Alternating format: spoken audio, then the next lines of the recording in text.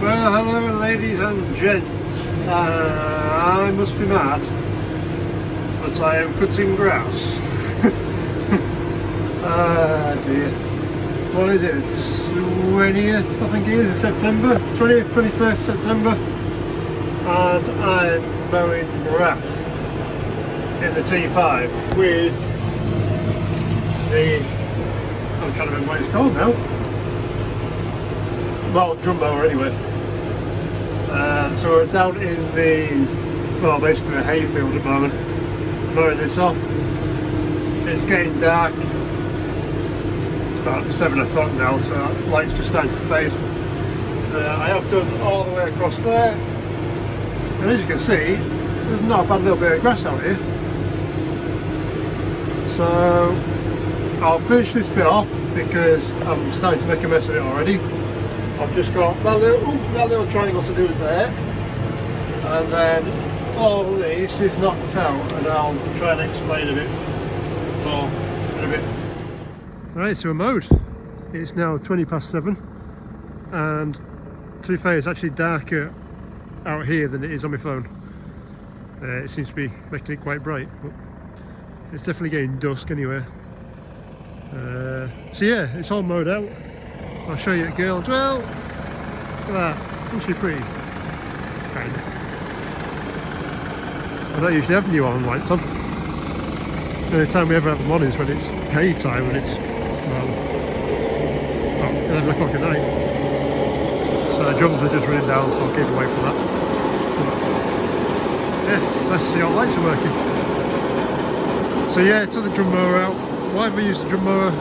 Because one, that's not been run for a while in any kind of aggression, so that was nice to get her out for that. Two, it was easier to get out than the big mower, which at the moment's behind about 5 pallets of bricks and roofing stuff, and then there's a couple of bales behind that, and then we've got to try and get it out with forklift, so it's just easier to put chain on that and lift out with forklift, and I've done. Why cut this field? Well, I'm guessing you can almost tell, but there's actually some grass in here. Surprising amount of grass in here, to be fair. And it's not looking too bad. So, just pull a length of it. So yeah, it's kind of long enough. It's just starting to get a little bit on the, well, rubbishy side, but it should be alright. Number 3 is because my mate had said that he'd actually buy it off us. There's another 2, I suppose. I also like to keep the fields fairly short for winter, especially down here, because the flood water will come from that direction, run across here, and any sticks and rubbish will hopefully just get taken away into the woodland. And you kind of get a better, fresher start the next season as well. You don't have a load of old dead grass in the bottom for your hay. And also, last thing, I actually muck spread, if you remember back, for those who remember back, I actually muck spread this field. So unfortunately, there is slight chunks of it in the bottom, but it's pretty much like compost now, rather than like muck out of the back end of an animal. But I've told my mate about it, he doesn't seem too worried about it, so that's fine. But also when we threw all this stuff out, I could hear some stones banging around, which is kind of another reason why I had that mower in the back. I'm not too fussed if that mower gets a stone kicking around in the inside of it. It's pretty hardy compared to the disc mower. And what I did do is find some treasures. Right, oh, hang on. We'll turn that off. Right, yeah, so a couple of, well, there's a cobble and a chunk of, I think, what's type, well, it should be type 1, but it's not. A dead bare wood. It's got some burn marks on it. I have no idea where that's come from, but as you can see, I hit that. And I found one of my tines, which I also hit with a mower. You can see that shiny bit there, but yeah, so it was kind of worth just doing it with this mower. Well, good morning ladies and gents. welcome to Wednesday morning. It's the 21st of September and it's a bit of a misty old morning. It's quite nice but it's cool and my fingers are frozen already. Last year I flail mowed all this, put it back into the ground. Well, the flail mower takes a little bit longer, especially when the grass is a little bit longer itself. So it's a little bit quicker doing it this way and saves fuel as well, to be honest. Now unfortunately my baler won't actually bale this, I don't think. It's going to be too green for it. So I'll end up having to get contractor and wrapper in, which isn't ideal, but first time doing it, you know, what do? I haven't really got a bale lifter either, I've just got pallet forks on forklift. So yeah, we'll see how this goes. Because if I can make it kind of work and I can see what we're getting from where, then possibly in the future I can do this again. I'd be interested to see what comes off this. I'm hoping for 20 bales, but I don't know. I say it's first time, it's all completely different to hay, because hay obviously wilts down and dries out and shrinks quite a lot. Whereas this only needs to get a wilt on before it can get baled. So forecast today is about 19, 18, 19, 20 degrees. So hopefully that big girl up there will burn this dew off, burn the wet off by 11 o'clock, and it's got all afternoon to basically dry out. I'll have the word with contractor and maybe tomorrow get it done. Well, good morning ladies and gents, welcome to Thursday morning. As you can probably tell, we are down in the hayfield. So I've actually had to go rowing this up with a hay bob, and it is a bit of a mess. So yeah, I came down here last night and raked up as much as I could.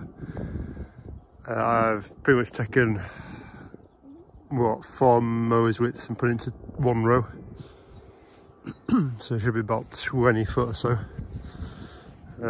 Unfortunately, I have missed some of it. Oh dear.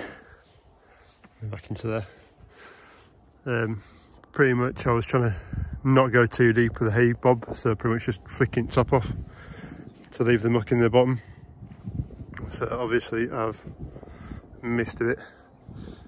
In fact, I even did one run down with a hay bob just to see what I can gather up. And I got a proper mini row right down there. I'm learning. I say I've never done a silage before. I think we'll have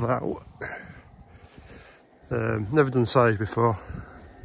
It's quite lumpy in here, so my mate's going to come and bale it hopefully today. But yeah, the rows are quite bumpy compared to what I have for hay. Now I don't entirely know why. Also, because I'm used to the hay being pretty dry, it kind of sits on top of the grass better than sit in the grass, if that makes sense. So, I know people will be asking why I didn't use a big rake. Well, big rake's at the end of the lane up there, about 1.5 miles away, and basically I couldn't be asked to go get it. I'm not too worried about bits of grass being left anyway, because it'll put a bit of goodness back into the ground. I know it seems a bit of a waste of time and diesel leaving it, but such is life. So yeah, hopefully he'll come down and get his baled. He's going to be cursing me like. We'll kick that bit out and all. There isn't actually too much muck in this, but it's really dried well. It's actually turned it into haylage more than silage now. We've got a good breezes again today, so we'll see what happens. Right, so I've just come out for my lunch, and my mate's here baling.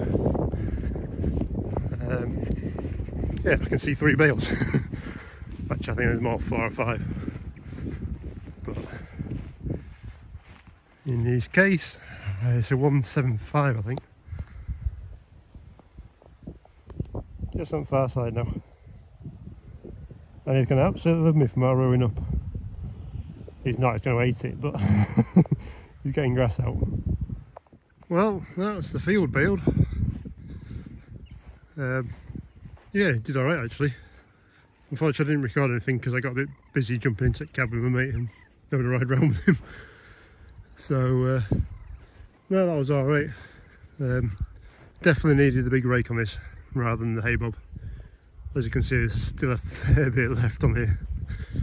My mate did go up and down a few times trying to mop up some bits, but not much point when there's a few chunks kicking around. The big rake would have done a lot better job of tidying it up, but hey, as I explained before, I couldn't be asked to go and get it. So, but definitely a lesson learned for next year. If I do it again next year, depends what happens. So the total bales, I think was 18. I can't remember how many seconds just in this load. It might be 12.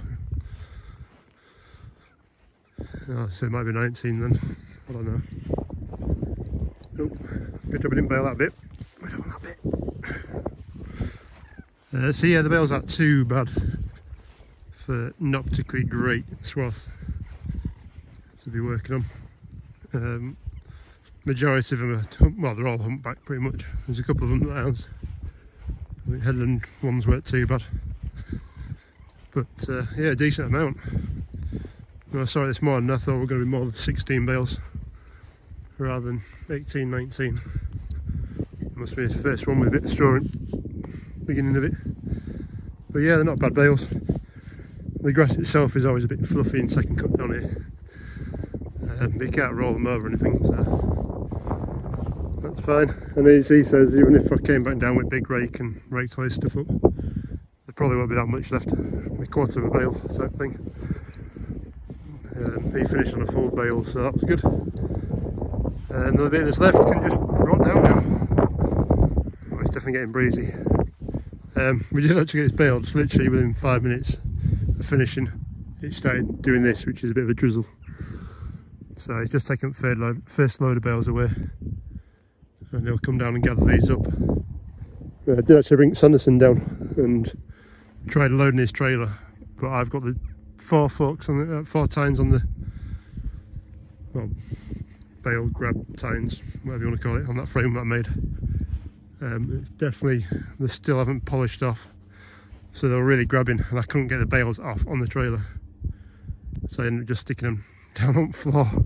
Alright, that's going to do for today. I'm going to get wet now and I'm going to go home, so I'll catch you later. Bye.